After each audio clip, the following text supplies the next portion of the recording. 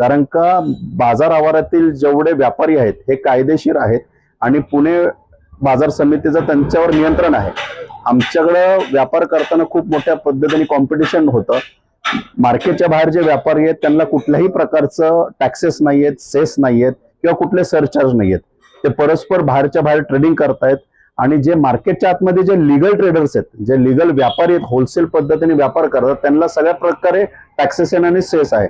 तर जर का हा व्यापारी वर्ग टिकायचा असेल तर आपल्याला हा सरचार्ज शासनाने फेर विचार करावा आणि त्याच्यावर परत विचार करून त्याच्यावर कसा व्यापारावर न लावता येईल ह्याचा विचार करणं गरजेचं आहे। कारण का तो सरचार्जमुळे आमचा व्यापारी वर्ग टिकणार नाही आणि या कॉम्पिटिशनच्या जमान्यामध्ये मार्केटमध्ये जे ट्रेडिंग होतं हे प्रचंड अवघड आणि कठीण परिस्थिती आहे। आमच्या पेरिशेबल गुड्सचा विचार केला तर आमचा व्यापार हा सगळा 70-75% व्यापारीच येऊन मार्केटमध्ये विकतात, 25% शेतकऱ्यांचा माल येतो। हा जो मार्केटमधला रेट निघतो हा डिमांड आणि सप्लाय वर ठरला जातो।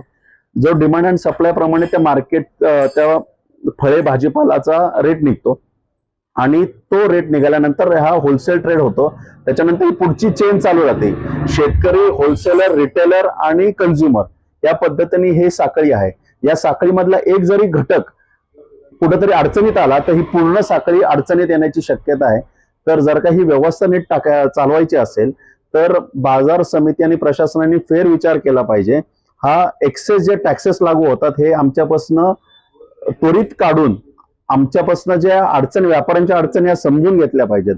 पण एक व्यापारी म्हणून आम्ही जे श्री छत्रपती शिवाजी मार्केट यार्ड आडते असोसिएशनचे संघटना आहे, व्यापारी आहोत, ते पुणे मर्चंट चेंबरच्या असोसिएशनला एक व्यापारी म्हणून आम्ही त्यांना पाठिंबा देत आहोत आणि त्यांच्या मागण्या शासनाने लवकरात लवकर फेरविचार करून त्याच्यावर दुरुस्ती करावी हीच एक अपेक्षा करतो। जर जो व्यापाऱ्यांनी 5 तारखेपासून संप पुकारलेला आहे, पुणे मर्चंट चेंबरच्या सर्व व्यापाऱ्यांनी जो 5 तारखेपासून संप पुकारलेला आहे, जर का तो संप व्यापाऱ्यांची मागणी पूर्ण नाही झाली तर व्यापारी करणारच आहेत।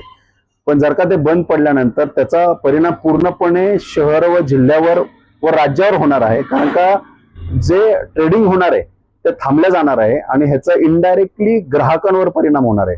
जे बाहेर जे धान्य मिळतं, साखर मिळतात व बऱ्याच गोष्टी मिळतात त्या मिळणार नाहीत आणि त्याचा कुठेतरी तुटवडा निर्माण होईल। म्हणून शासनाने फेर विचार करावा आणि पुणे मर्चंट चेंबरची जी मागणी आहे त्याच्यावर फेर विचार करण्यात यावा।